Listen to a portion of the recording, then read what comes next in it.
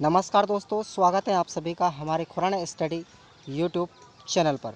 तो दोस्तों, आज हम शुरू कर रहे हैं हमारे प्री बीएसटीसी और पीटीईटी से संबंधित एक नए बैच के बारे में आपको जानकारी दे देते हैं कि आज हम आपको शिक्षण अभिरुचि यानी टीचिंग एप्टीट्यूड के बारे में क्लास चला रहे हैं। आप लोग ज़रूर से ज़रूर प्रतिदिन आप लोग हमारी क्लास लीजिएगा शाम 8 बजे। शाम की 8 बजे आप लोग बिल्कुल 30 क्वेश्चन प्रतिदिन आप लोग पढ़िएगा और मैं इस चीज़ की गारंटी लेता हूँ कि आप लोग 50 दिन में ही 50 दिन की रणनीति के अकॉर्डिंग ही आप लोग प्री बीएसटीसी या फिर पीटीईटी को फाइंड कर देंगे। ठीक है, और एक चीज़ और याद रखें कि पीटीईटी या फिर बीएसटीसी के अंतर्गत जो शिक्षण अभिरुचि का स्कोर है 50 क्वेश्चन आपको पेपर में मिलेंगे और उस पेपर के अंतर्गत कोई भी नेगेटिव मार्किंग नहीं होगी दोस्तों। ठीक है, और ये लक्ष्य आप लोग पूरा करके हासिल रहिएगा। चलिएगा, ये रोज़ सुबह आप लोग ले सकते हैं इस क्लास को। आज की मैं क्लास रखने वाला हूँ आपके लिए, ये 8 बजे की क्लास है। ठीक है दोस्तों, चलिएगा शुरू करते हैं हम आज की क्लास को। कुछ मॉक टेस्ट नंबर 1 है, तो आपके लिए पहला क्वेश्चन देखिएगा आप लोग ज़रूर। चलिए बताइए, पहला क्वेश्चन है आपके सामने। अध्यापक के लिए सबसे मूल्यवान चीज़ क्या है? अध्यापक के लिए सबसे मूल्यवान चीज़ क्या है? उसकी नौकरी, उसकी गरिमा एवं मर्यादा, छात्रों का विश्वास या फिर उसकी शिक्षण के प्रति आस्था? बताइए क्या होगा इसका राइट जवाब, दीजिएगा सभी दोस्त।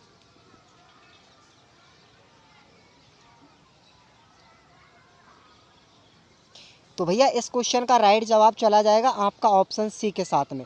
ऑप्शन सी इसका राइट जवाब हो जाएगा, यानी कि अध्यापक के लिए सबसे मूल्यवान चीज़ अगर है तो छात्रों का विश्वास जीतना। यदि छात्र के लिए टीचर जितना ज़रूरी होता है उतना ही अध्यापक के लिए छात्र का ज़रूरी होना बहुत आवश्यक है। इसीलिए छात्र जो होते हैं एक अध्यापक के लिए सर्वश्रेष्ठ धरोहर मानी जाती है, सबसे मूल्यवान चीज़ मानी जाती है। क्लियर? आपका ऑप्शन नंबर क्या हो जाएगा? सी यहाँ पर करेक्ट हो जाएगा क्वेश्चन नंबर 1 का। चलिए सेकंड नंबर बताइएगा आप लोग, क्वेश्चन क्या होगा इसका जवाब।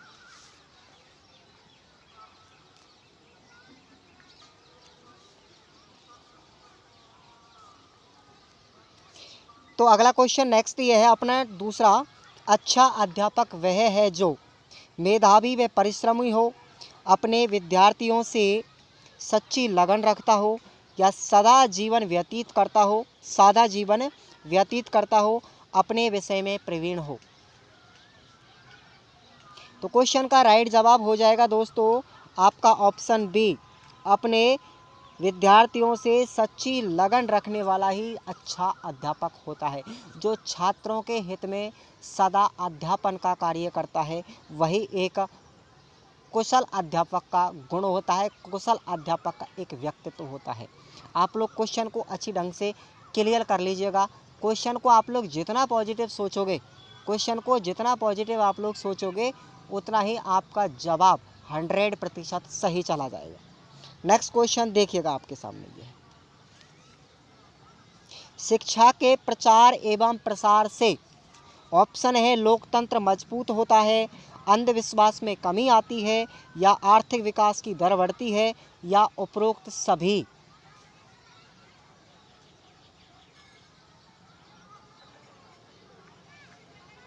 चलिए, तो याद रखें इस क्वेश्चन का राइट जवाब हो जाएगा आपका उपरोक्त सभी। शिक्षा के प्रसार एवं प्रचार से लोकतंत्र भी मजबूत होता है दोस्तों, अंधविश्वास में कमी आती है क्योंकि बच्चे और व्यक्ति क्या हो जाते हैं, उससे शिक्षित हो जाते हैं, इसलिए वो धार्मिकवादिता, ठीक है, और अंधविश्वास पाखंड में विश्वास करना कम कर देते हैं और आर्थिक विकास की दर भी क्या होती है, बढ़ती है। इसलिए आपके यहाँ पर तीनों ही ऑप्शन सही हो जाएंगे। तो आप लोग डी ऑप्शन को लॉक कर लीजिएगा दोस्तों, सभी डी ऑप्शन को लॉक कर लीजिए। नेक्स्ट क्वेश्चन देखिएगा आपके सामने, क्वेश्चन नंबर 4। आप स्कूल के बाहर अपने किसी छात्र से किस प्रकार से व्यवहार करेंगे? अजनबी तरीके से, या उससे बात करना पसंद नहीं करेंगे, या बहुत गंभीर होकर के उससे बातचीत करेंगे, या मित्रों की तरह उससे व्यवहार करेंगे?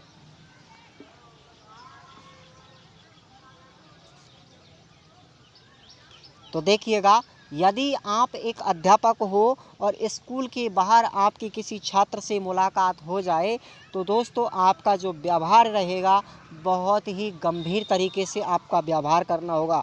आपका 100% राइट आंसर हो जाएगा ऑप्शन सी। एक चीज़ और याद रख लें आप लोग, एसटीसी या पीटीईटी के अंतर्गत जो शिक्षण अभिरुचि आती है उसमें क्वेश्चन 100% गलत होने पर ही आपके अंक कटते हैं। आपको 3 नंबर भी मिल सकते हैं 100% सही होने पर, आपके कुछ कम सही होने पर आपको 2 नंबर भी मिल सकते हैं और बहुत कम सही होने पर आपको 1 नंबर ही मिल सकता है।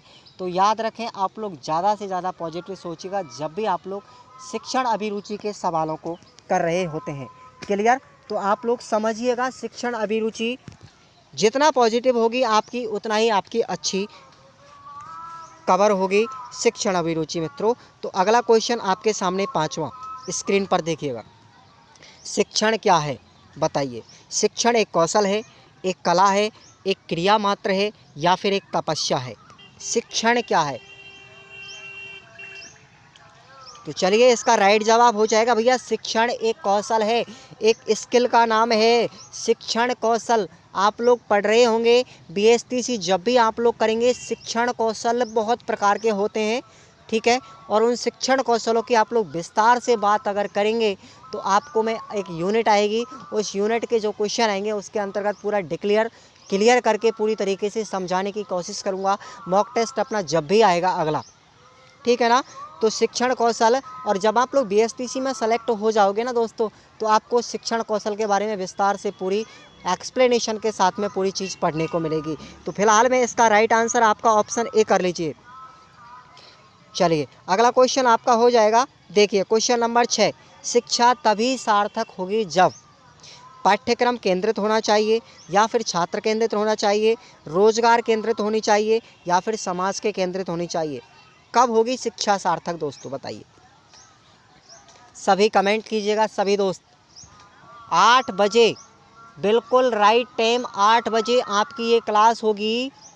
ध्यान रखें आप लोग ज़्यादा से ज़्यादा, 8 बजे बिल्कुल राइट टाइम पर। तो इस क्वेश्चन नंबर 6 का राइट आंसर कर लीजिएगा आप लोग। शिक्षा तभी सार्थक होगी जब वो क्या होगी? छात्र केंद्रित होगी। छात्र केंद्रित का मतलब होता है दोस्तों, छात्र इसके अंतर्गत पूरी तरीके से कंसंट्रेट होकर के अध्ययन करता है, जबकि जो अध्यापक होता है केवल मार्गदर्शन का कार्य करता है। क्लियर? क्वेश्चन को आप लोग पूरा क्लियर करके जाएंगे, एग्जाम में आपको कोई परेशानी नहीं आएगी। मैं आपको ये विश्वास दिलाता हूं कि शिक्षण अभिरुचि आपकी पूरी क्लियर करवाऊंगा मैं, ठीक है। अगला क्वेश्चन नंबर 7वां देखिएगा। क्वेश्चन नंबर 7 क्या कह रहा है? शिक्षण की समस्याओं को हल करने का दायित्व किसका है? प्रधानाचार्य का, शिक्षकों का, सरकार का या फिर शिक्षाविदों का?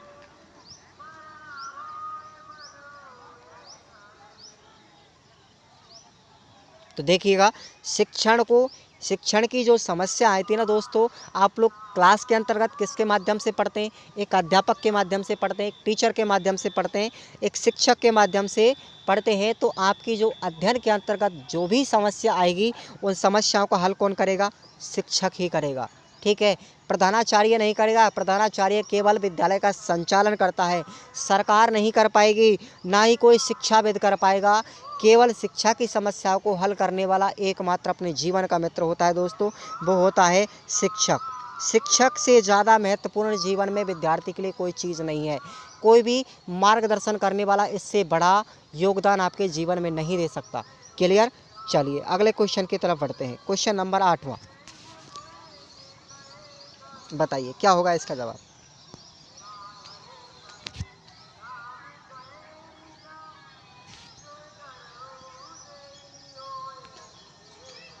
शिक्षक की योग्यता एवं आचरण का सबसे अच्छा मूल्यांकन कौन करते हैं? उनके प्रधानाचार्य, उनके शिष्य या समाज के सभ्रांत लोग या विशेषज्ञ? चलिए बहुत बढ़िया, सभी के लिए मेरा बहुत बहुत धन्यवाद, तहे दिल से धन्यवाद। आप सभी के माता पिता के लिए मेरा बार बार प्रणाम। उम्मीद करते हैं आप सभी लोग बढ़िया होंगे, ठीक है। उम्दा तरीके से आप लोग तैयारी कीजिएगा, बढ़िया तैयारी कीजिएगा। 400 प्लस यदि आपके नंबर आते हैं तो आप लोग बहुत बड़े मेहनती और खुशनसीब विद्यार्थी हो। तो दोस्तों, इस क्वेश्चन का राइट जवाब चला जाएगा आपका ऑप्शन बी। शिक्षण की योग्यता और आचरण का सबसे अच्छा मूल्यांकन केवल और केवल विद्यार्थी ही कर सकते हैं। विद्यार्थी से अच्छा मूल्यांकन कोई नहीं कर सकता। ठीक है, चलिए उसको बोलते हैं हम स्वयं मूल्यांकन, सेल्फ एवोल्यूशन, सेल्फ एवोल्यूशन। ठीक है, तो आपका बी ऑप्शन यहाँ पर करेक्ट हो जाएगा। क्वेश्चन नंबर 9 बताइए।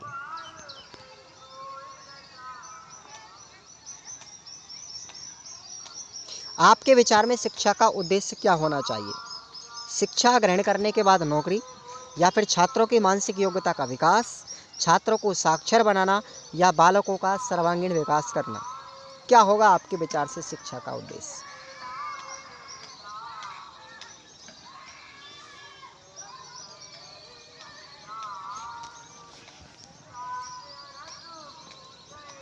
बहुत बढ़िया। चलिए सभी कमेंट कीजिएगा, सभी लाइव चैट पर ध्यान दीजिएगा। ऑनलाइन होते समय और ऑफलाइन जब भी आएँ आप लोग, जब भी कभी यूट्यूब पर वीडियोज़ को देखें तो आप लोग कमेंट कीजिएगा आपको कैसा लगा ये वीडियो। चलिए, तो क्वेश्चन नंबर 9 का राइट जवाब हो जाएगा आपका, शिक्षा का उद्देश्य एकमात्र कैसा होना चाहिए? बालकों का सर्वांगीण विकास होना चाहिए। शिक्षा इस प्रकार की बच्चों को देनी चाहिए कि उनका सर्वांगीण विकास हो। ठीक है, उनका चहुमुखी विकास हो। तो आपका यहाँ पर ऑप्शन नंबर डी राइट हो जाएगा। क्लियर, ऑप्शन डी लॉक कर लीजिए सभी दोस्त। नेक्स्ट क्वेश्चन देखिएगा, क्वेश्चन नंबर 10वां स्क्रीन पर।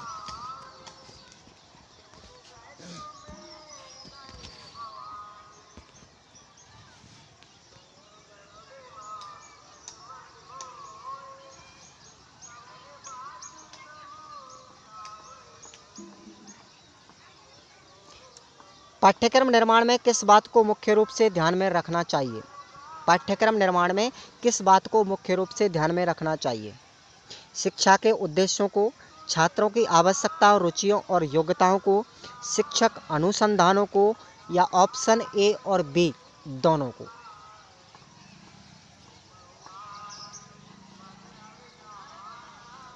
बिल्कुल, पाठ्यक्रम के जब भी आप लोग निर्माण की बात करते हैं तो आपको दो चीज़ें मुख्य रूप से ध्यान रखें। पहली तो होनी चाहिए कि भैया शिक्षा उद्देश्य युक्त होनी चाहिए, शिक्षा के उद्देश्यों को ध्यान में रखना चाहिए। और दूसरी बात है कि छात्रों की आवश्यकताओं, उनकी रुचियों और योग्यताओं को ध्यान में रख कर के आपको पाठ्यक्रम का निर्माण करना चाहिए। यानी कि आपका ऑप्शन क्या हो जाएगा यहाँ पर? डी राइट हो जाएगा, ऑप्शन डी क्लियर हो जाएगा आपका। चलिए नेक्स्ट क्वेश्चन देखिए।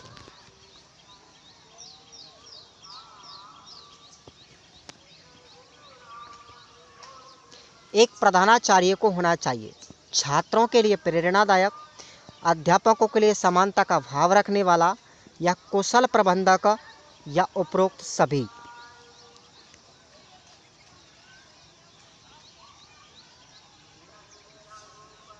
एक प्रधानाध्यापक को याद रखें, एक कक्षा के जो विद्यालय का संचालक होता है उसके लिए बहुत सारी चीज़ों का दायित्व निभाना पड़ता है। छात्रों के लिए एक प्रेरणादायक बातें भी बतानी चाहिए। पहला ऑप्शन आपका सही।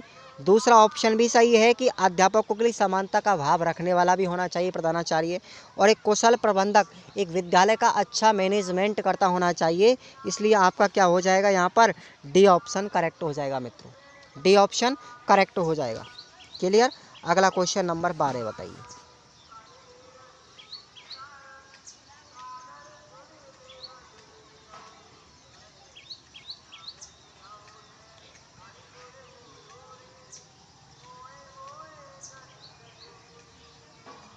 आपके अनुसार शिक्षण की योजना पद्धति कैसी होनी चाहिए?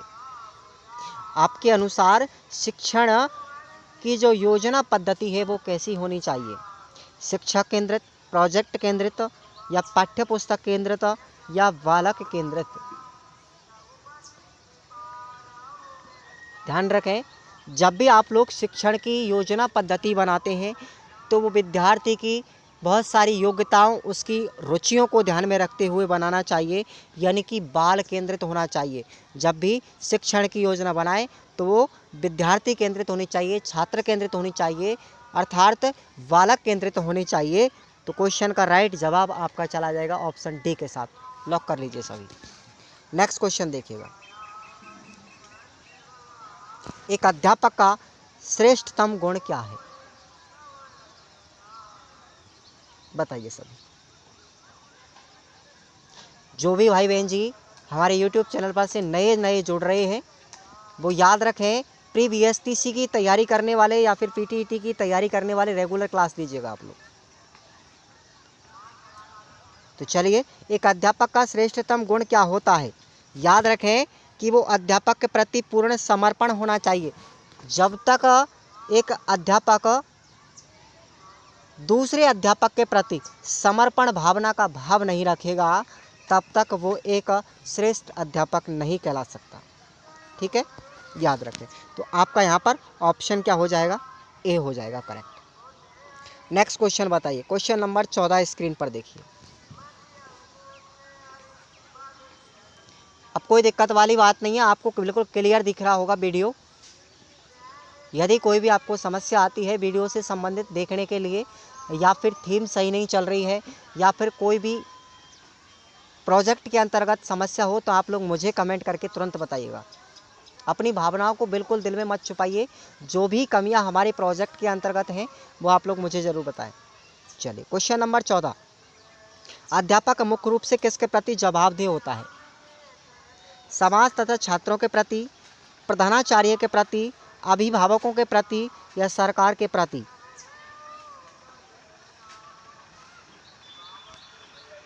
कर लें लोग। क्वेश्चन नंबर 14 का आंसर चला जाएगा दोस्तों आपका ऑप्शन ए के साथ में, समाज और छात्रों के प्रति अध्यापक को मुख्य रूप से जवाबदेह होना चाहिए। समाज के प्रति, यदि समाज के अंतर्गत सामाजिक नियमों का या अधिकारों का हनन होता है तो उसके प्रति आवाज़ उठानी चाहिए एक अध्यापक को।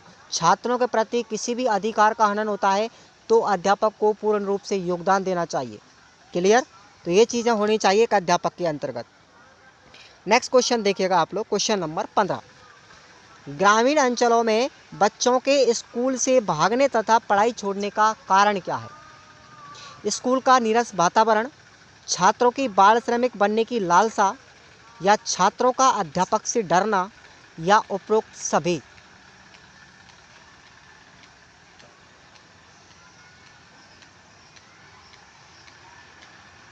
चलिए, तो राइट आंसर कर लीजिएगा आप लोग। ग्रामीण जो वातावरण के अंतर्गत विद्यालय बने होते हैं उनमें बच्चे जब स्कूल से भागते हैं या फिर पढ़ाई छोड़ देते हैं, उसका कारण याद रखें आप लोग, स्कूल का नीरस वातावरण सबसे ज़्यादा मुख्य कारण है। आपको यहाँ पर ऑप्शन डी उपरोक्त सभी दे रखा है, ये बिल्कुल गलत है दोस्तों। आप लोग क्या करते हैं, जब भी आपको ऑप्शन में एग्ज़ाम में ऑप्शन डी उपरोक्त सभी दिख जाता है, बच्चे सोचते हैं आपका राइट जवाब ऑप्शन डी होगा। ऐसा कदापि नहीं होता। सबसे पहले जब भी आप लोग शिक्षण अभिरुचि के सवालों को हल कर रहे होते हैं तो याद रखें आपका पॉजिटिव आंसर कितना जा रहा है, कितना ज़्यादा पॉजिटिव होगा, जितना ज़्यादा आपका पॉजिटिव आंसर है, आंसर उतना ही ज़्यादा सटीक होगा। क्लियर? तो आपका यहाँ पर ग्रामीण क्षेत्रों का जो स्कूल का वातावरण होता है ना दोस्तों, वो नीरस होता है, बच्चों के प्रति मतलब आकर्षक का केंद्र नहीं बन पाता, उनको अपनी ओर आकर्षित नहीं कर पाता। वातावरण जो होता है पढ़ाई करने के लायक उत्तम नहीं होता, इसलिए बच्चे स्कूल से भी भाग जाते हैं और पढ़ाई छोड़ने का कारण भी बन जाता है। और वातावरण के अंतर्गत सभी चीज़ें आती हैं, वहाँ का स्थानीय वातावरण, साथ साथ विद्यालय की लोकेशन, साथ साथ अध्यापकों का पढ़ाई में कम ध्यान देना, तो ये सारी चीज़ें वातावरण के अंतर्गत आती हैं। ठीक है ना? तो आप लोग क्वेश्चन नंबर 15 का राइट आंसर कर लीजिए ऑप्शन नंबर डी। अब तो समझ में आ गया होगा बिल्कुल। चलिए, आपको एक चीज़ और मैं बता देता हूँ, देखिएगा, ये आप लोग देख रहे हैं स्क्रीन पर, आपको दिख रहा है कि प्री BSTC या फिर PTET 2021 से संबंधित जो भी विद्यार्थी हमारे ये यूट्यूब चैनल पर वीडियो देख रहे हैं उनके लिए खास खुशखबरी है कि जो भी विद्यार्थी तैयारी कर रहे हैं उनके लिए 2005 से लेकर के 2020 तक के जितने भी अब तक STC या फिर PTET के अंतर्गत एग्ज़ाम पेपर में क्वेश्चन आए हैं उन सब की PDF मैं आपको उपलब्ध करवा दूंगा। लेकिन वो चार्जेबल होगा दोस्तों। आप लोग डाउनलोड कर सकते हैं, हमारे टेलीग्राम लिंक की डिस्क्रिप्शन बॉक्स में लिंक दी गई है, वहाँ से आप लोग डाउनलोड कर सकते हैं। चार्जेबल होगा, 99 रुपये का चार्ज आपको लेना होगा, कोई ज़्यादा बड़ी बात नहीं है, ठीक है। और विशेष तौर से आपको ऑफ़र ये दिया जा रहा है कि जो भाई बहन रेगुलर क्लास लेते हैं, मुझे कमेंट में आंसर दीजिएगा और मुझे बताइएगा, जवाब ये देना है कि भाई मैं प्रतिदिन क्लास लेता हूँ, इसलिए आप लोग फ्री में मुझे PDF उपलब्ध करवाइए। मैं बाकायदा उनको फ्री में PDF उपलब्ध करवाऊँगा, लेकिन ईमानदार विद्यार्थी होना चाहिए, प्रतिदिन रेगुलर क्लास लें। उनका यहाँ पर क्वेश्चन से संबंधित जो भी डिस्कशन होगा, जो भी कन्फ्यूजन होगा, क्लास के अंतर्गत क्लियर होगा। PDF को पढ़ने से ही मेन चीज़ नहीं होगी, सिर्फ PDF में आपको क्वेश्चंस और आंसर मिलेंगे, डिस्कशन नहीं मिलेगा, उसके लिए आपको क्लास देखना पड़ेगा दोस्तों। एक और चीज़ याद रखें, यदि आप लोग STC या BEd करेंगे और STC BEd करने के बाद आपको लेसन प्लान, डायरिया वगैरह जो भी असाइनमेंट फाइल आपको बनानी पड़ेंगी, उन चीज़ों की जानकारी भी हम आपको इस YouTube चैनल पर देते हैं। सारी की सारी जानकारियाँ, सारे के सारे सामग्री आपको यहाँ पर उपलब्ध करवा दी जाती है, वो तो फ्री में आपको मिल जाएगी, ठीक है। चलिए अब क्वेश्चन नंबर 16 की बात करते हैं। बताइए, एक अध्यापक की कार्य क्षमता को बढ़ाया जा सकता है परीक्षा फल के अनुसार पदोन्नति दे करके, या कड़े स्कूल प्रशासन द्वारा अध्यापक के कार्यों की सराहना करके, या अच्छा वेतन दे करके।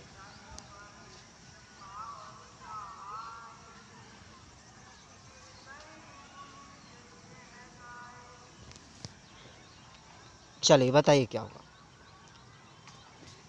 कर देते लॉक, ऑप्शन नंबर सी कर लीजिएगा। इस क्वेश्चन का राइट जवाब चला जाएगा ऑप्शन नंबर सी। किसी भी अध्यापक की कार्य क्षमता को बढ़ाया तब जा सकता है जब उसके कार्यों की सराहना की जाए, उसकी तारीफ की जाए। भाई एक चीज़ आपको मैं बता देता हूँ, जब कोई व्यक्ति या बच्चा अच्छा कार्य कर देता है, प्रश्न का जवाब कक्षा में सही दे देता है, तो अध्यापक के द्वारा उसको क्या किया जाता है, मोटिवेट किया जाता है, उसको शाबाशी दी जाती है, ठीक है। तो शाबाशी देने के बाद बच्चा क्या सोचेगा कि मैंने अब इसका आंसर राइट बताया है, तो क्यों ना मैं और अगले आने वाले क्वेश्चनों का जवाब भी सही देता हूँ, सही दूंगा, तो क्या होगी, उसकी तारीफ होगी, उसको शाबाशी मिलेगी। उसी प्रकार से अध्यापक को यदि उसके कार्यों की सराहना की जाए, उसके कार्यों की तारीफ की जाए, तो वो अपना कार्य कौशल क्षमता को और भी आगे बढ़ा सकता है। क्लियर आया समझ में। चलिए अगला क्वेश्चन देखिएगा, क्वेश्चन नंबर 17। शिक्षा शक्ति एवं सत्ता का स्रोत है। शिक्षा शक्ति एवं सत्ता का स्रोत है, महिलाओं के लिए, पिछड़ों के लिए, बालकों के लिए, या ऑप्शन ए और बी दोनों के लिए।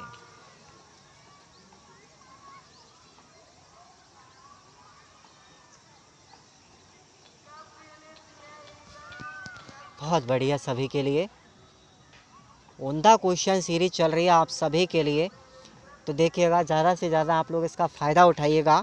तो क्वेश्चन का राइट जवाब चला जाएगा मित्रों आपका ऑप्शन नंबर डी, लॉक कर लीजिए। भैया शिक्षा की शक्ति और सत्ता का स्रोत महिलाओं के लिए और पिछड़े वर्ग के बच्चों के लिए या व्यक्तियों के लिए खास तौर से ज़्यादा महत्वपूर्ण है।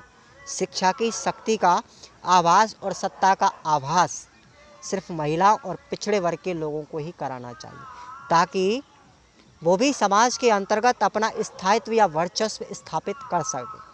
क्लियर, तो आपका यहाँ पर ऑप्शन डी कर लीजिएगा सभी। अगला क्वेश्चन देखिएगा,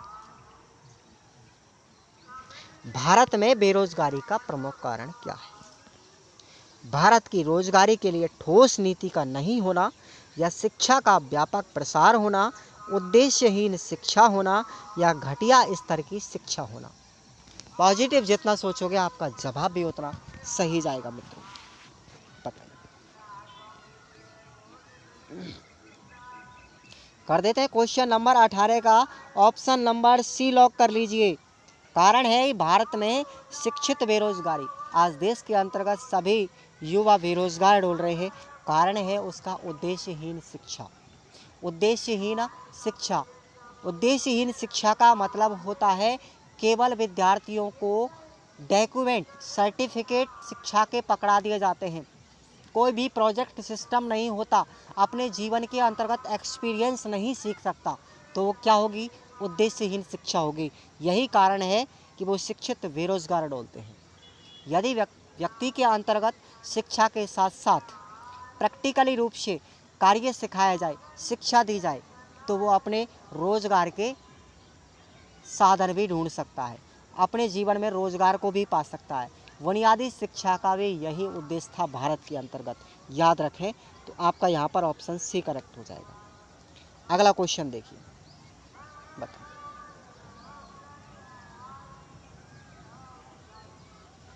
हमें शिक्षा ग्रहण करनी चाहिए क्योंकि शिक्षा व्यक्ति को विद्वान बनाती है, व्यक्ति को स्वावलंबी बनाती है, व्यक्ति को अर्थोपार्जन योग्य बनाती है, या उपरोक्त सभी।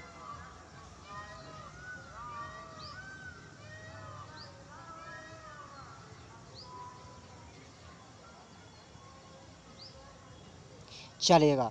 ध्यान रखें, शिक्षा ग्रहण करने का एकमात्र उद्देश्य है कि जो शिक्षा होती है व्यक्ति को क्या बनाती है, स्वावलंबी बनाती है, मतलब आत्मनिर्भर बनाती है, वो कि वो किसी दूसरे व्यक्ति के ऊपर आश्रित नहीं रहे। एक स्वावलंबी बनना सिखाती है मित्रों शिक्षा। तो आपका यहाँ पर ऑप्शन बी लॉक कर लो सभी। क्लियर। अगला क्वेश्चन देखिए, किस प्रकार का कक्षा नेतृत्व सबसे उत्तम माना गया है? प्रभुत्ववादी, सभी का मिला जुला रूप, लोकतंत्रात्मक, या फिर प्रयोजनवादी।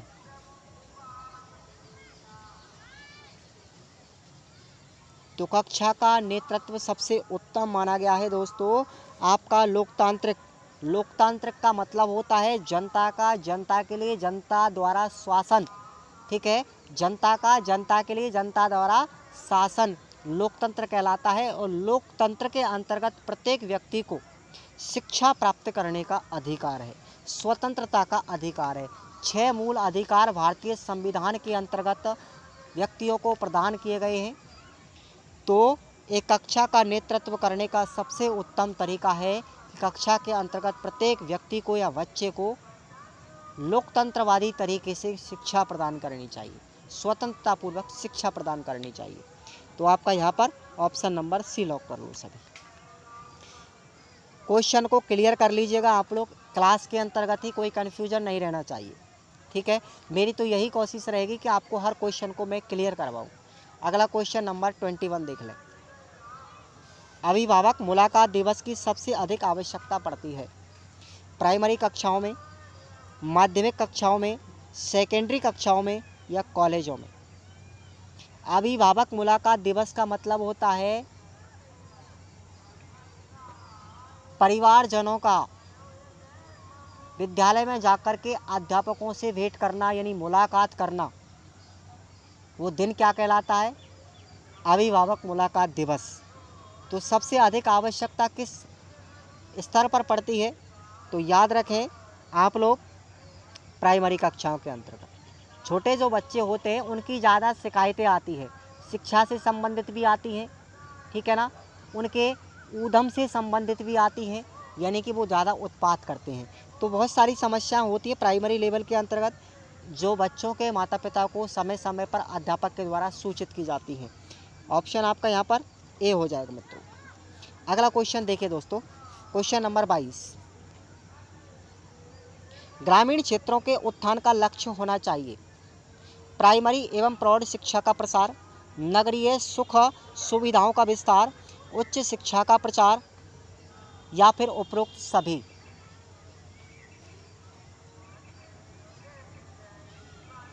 तो आपका यहाँ पर ऑप्शन ए लॉक कर लीजिए, प्राइमरी एवं प्रौढ़ शिक्षा का प्रसार।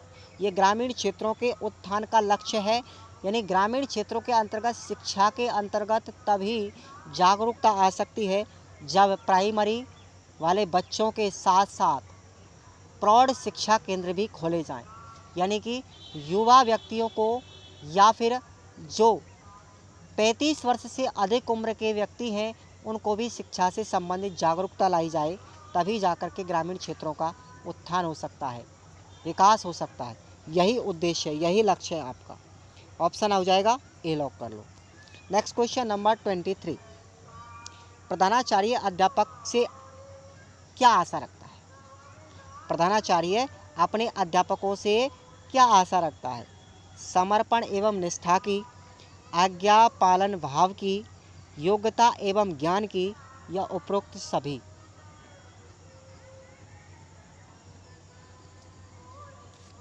बिल्कुल, बिल्कुल तीनों ही भावनाओं को, यानी तीनों ही ऑप्शन यहाँ पर सही हैं। समर्पण निष्ठा की भावना भी रखेगा, आशा करेगा ऐसी, आज्ञा पालन भाव की आशा भी करेगा, और योग्यता और ज्ञान की। समर्पण का मतलब होता है कि प्रधानाचार्य सभी के प्रति समर्पण की भावना रखे, अध्यापकों के बारे में सोचेगा।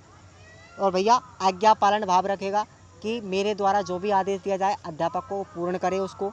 और योग्यता एवं ज्ञान की, कि मेरा जो अध्यापक कक्षा के अंतर्गत या मेरे विद्यालय के अंतर्गत पढ़ा रहा है वो एक उच्च कुशल कोटि का अध्यापक हो, ताकि छात्रों के लिए एक अच्छी से अच्छी शिक्षा प्रदान करे। तो इन सभी गुणों की आशा करेगा कौन? प्रधानाचार्य अपने अध्यापकों के बारे में। तो आपका यहाँ पर डी ऑप्शन करेक्ट हो जाएगा। अगला क्वेश्चन देखिए, क्वेश्चन नंबर 24, बताइए।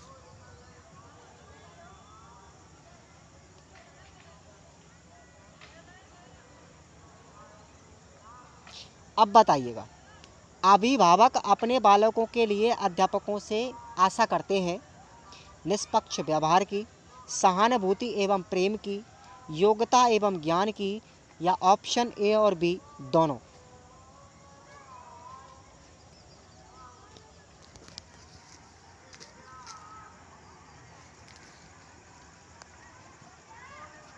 बिल्कुल सही जवाब हो जाएगा आपका ऑप्शन और ए और बी दोनों, यानी डी ऑप्शन आपका करेक्ट है भैया।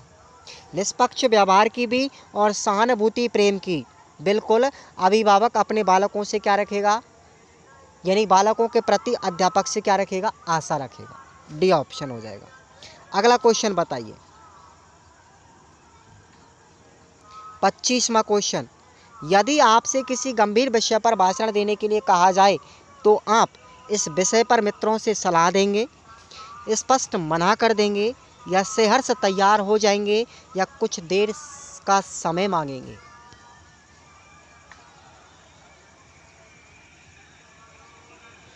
बिल्कुल, यदि आपको किसी भी गंभीर विषय पर भाषण देने के लिए कहा जाए तो दोस्तों याद रखें, आपको सहर्ष रूप से तैयार हो जाना है, सहर्ष रूप से तैयार हो जाना है। और जब गंभीर विषय पर किसी भाषण के लिए बात की जाती है और बिना किसी तैयारी के भाषण दिया जाता है, उसको हम आशु भाषण कहते हैं, आशु भाषण कहते हैं। क्लियर? अगला क्वेश्चन नंबर 26, आज के वैज्ञानिक युग में छात्रों को आध्यात्मिकता का ज्ञान देना पिछड़ापन है, आवश्यक है, अनावश्यक है, या असंभव है?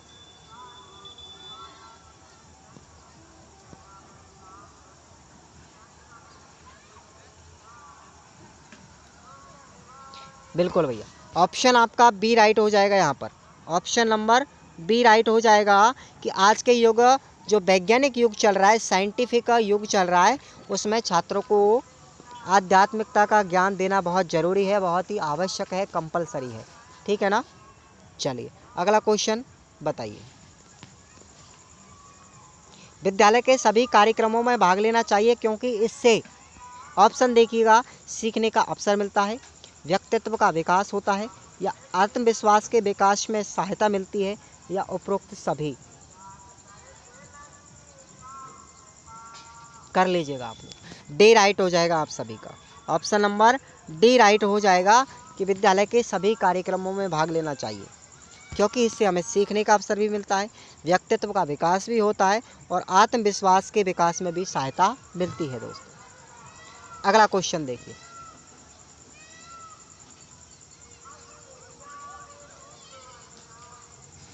किसी भी विषय वस्तु को छात्रों को सरलता से सिखाने के लिए अध्यापक का सर्वप्रथम गुण होना चाहिए? आत्मविश्वास, विषय वस्तु का ज्ञान, प्रभावी अभिव्यक्ति, या सहृदयता? क्या होगा जवाब?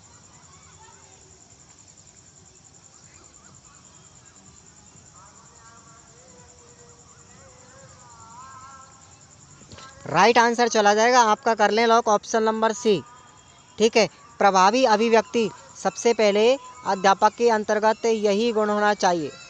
ठीक है, किसी भी विषय वस्तु को छात्रों के लिए समझाने के लिए, सिखाने के लिए प्रभावी अभिव्यक्ति होनी चाहिए। प्रभावी अभिव्यक्ति का तात्पर्य होता है दोस्तों कि आपने जो कुछ भी बताया कक्षा के अंतर्गत, क्या विद्यार्थी उसको ठीक ढंग से समझ पाएंगे या नहीं समझ पाएंगे।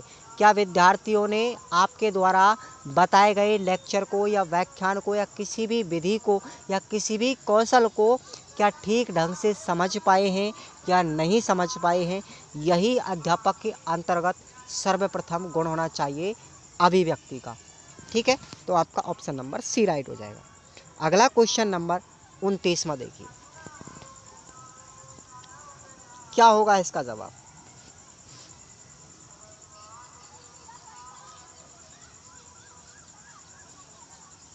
विद्यालय में खेलों के आयोजन का उद्देश्य होता है छात्रों को किसी कार्य में लगाना, शरीर को हष्टपुष्ट बनाना, प्रतियोगी खेलों के लिए तैयारी करना या फिर बालकों का सर्वांगीण विकास करना।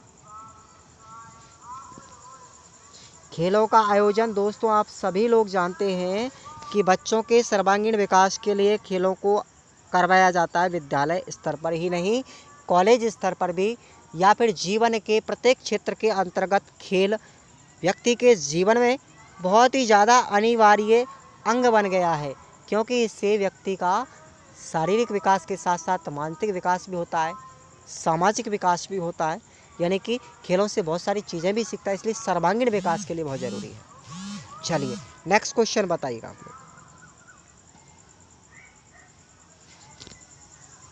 एक छात्र की दृष्टि से विद्यालय में छात्र संघ संगठन के बारे में आपकी धारणा है, बताइए। इनसे कोई लाभ नहीं है, या विद्यालय में दादागिरी फैलती है, या शिक्षकों के अन्यायों के विरुद्ध लड़ने का एक साधन है, या छात्रों में नेतृत्व की भावना बढ़ती है। तो आपका राइट आंसर हो जाएगा ऑप्शन नंबर डी, छात्रों में नेतृत्व की भावना बढ़ती है। किससे? छात्र संघ संगठन के द्वारा छात्रों में। ठीक है, तो आपका यहाँ पर ऑप्शन नंबर डी राइट हो जाएगा। तो दोस्तों आपको कैसी लगी हमारी क्लास, आप सभी मुझे कमेंट करके बताइएगा। एक बार सभी मुझे कमेंट करके बताइएगा। सभी दोस्तों को मेरी तरफ से तहे दिल से बहुत बहुत धन्यवाद हमारी क्लास देखने के लिए। ठीक है, और आप लोग, मैं दावे के साथ कहता हूँ 50 दिन आप लोग हमारे इस YouTube चैनल से पढ़ के देखिएगा। प्रीवियस टीसी में यदि आपका सिलेक्शन नहीं होता है ना, तो आप मेरे से कीजिएगा, क्योंकि मैं भी खुद एक BSTC 2018 का होल्डर हूँ। 494 नंबर, मैंने भी मात्र 1.5 महीने की तैयारी में 494 नंबर प्राप्त किए थे, ये मेरा दावा है। ठीक है दोस्तों, मिलते हैं अगली क्लास के साथ में, अगले मॉडल टेस्ट के साथ में। आप लोग सभी विषयों की क्लास भी यहाँ पर ले सकते हैं। ये तो आज का पहला ही टेस्ट है, आप लोग राजस्थान जी के भी पढ़ रहे होंगे वहाँ से, और रीजनिंग भी आप लोग पढ़ सकते हैं, हिंदी भी आपसे पढ़ सकते हैं वहाँ से, और इंग्लिश की क्लास में कुछ ही देर में आपको लगवा दूंगा। 20 नंबर की आते, कोई दिक्कत वाली बात नहीं है। चलिए, धन्यवाद।